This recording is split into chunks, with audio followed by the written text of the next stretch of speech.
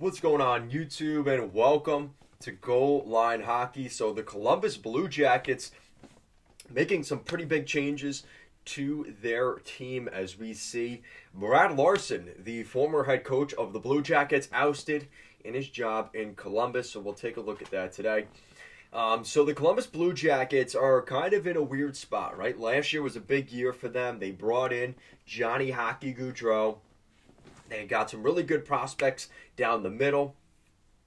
Guys like Cole Sillinger. Hopefully he'll be coming back next year. Guys like Alex Texier. You have Jack Roslovic. You have some really good players in Columbus that I truly think are going to change the outlook of this team. And not to mention who they could potentially be drafting this summer, whether that's an Adam Fantilli or potentially even a guy like Bedard. The Blue Jackets' future looks bright. But I think there was a sense this season that there was too many guys on this team that just weren't in the right spot. And I think a lot of times you could say, is it the players just not being that good, or is it a combination of the players not being that good and the coach not really motivating those guys and developing those players?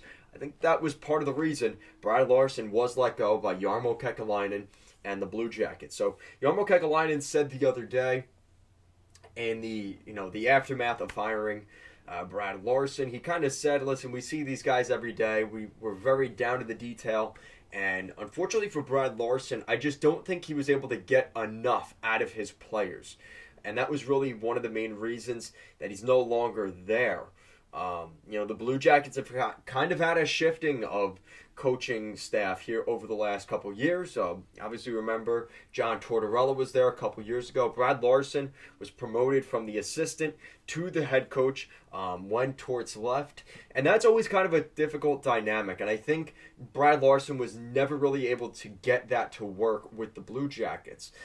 He's a guy that was an assistant becoming a head coach. And I remember when we made the video about the Blue Jackets hiring Brad Larsen was, it's kind of difficult coming into, when you're already in the organization and you go from kind of the good cop, which is the assistant coach, and becoming the head coach, and you kind of have to become the bad cop. And I think a lot of coaches have a hard time in that transition when they stick with the team, and I think that happened here with Brad Larsen. I think that was a big factor in this whole situation with his kind of inability to get the most out of his players.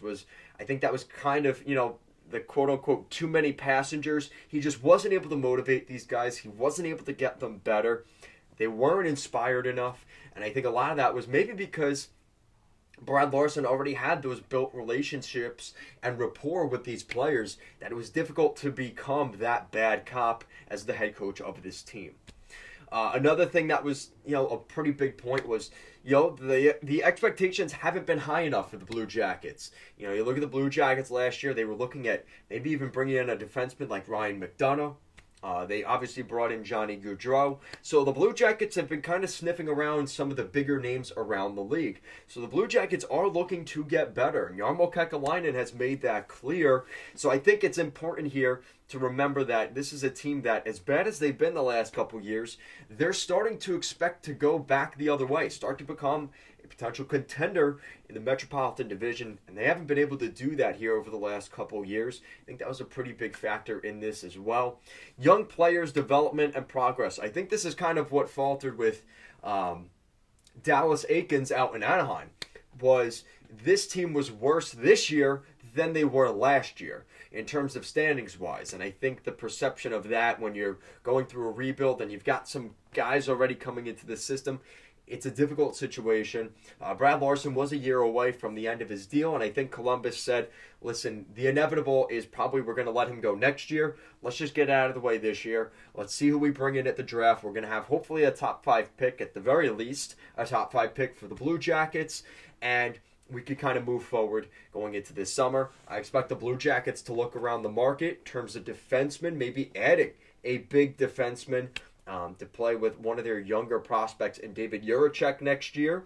I expect Jiricek to make the team out of camp. we'll see how things go with that. But he looked really good at the World Juniors back in December. So I'm really interested to see what happens with the Blue Jackets blue line this summer.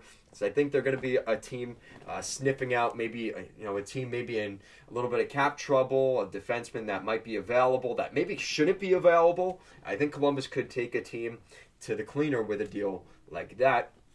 And I think that's what we're looking at here. Obviously Brad Larsen, he did what he could in Columbus. It was a difficult situation, a situation where this team's in a rebuild. He's been through the process.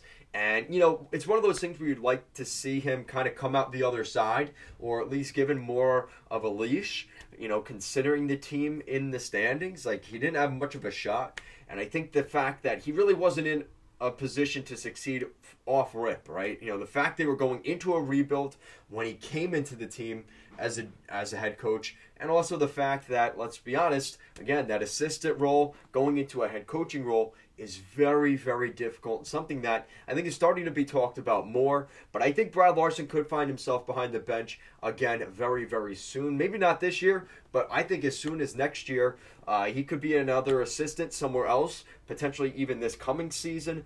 But I really like Brad Larsen. I hope the best for him. He's a good hockey guy, and I think we will see him back in the game. I don't think his time is done yet. I think he's going to get one more opportunity to see what he can give here at the NHL level. So let me know what you guys think down below. What do you guys think of the Columbus Blue Jackets firing their head coach Brad Larsen? Let me know. Thank you so much for watching, and I'll see you again next time.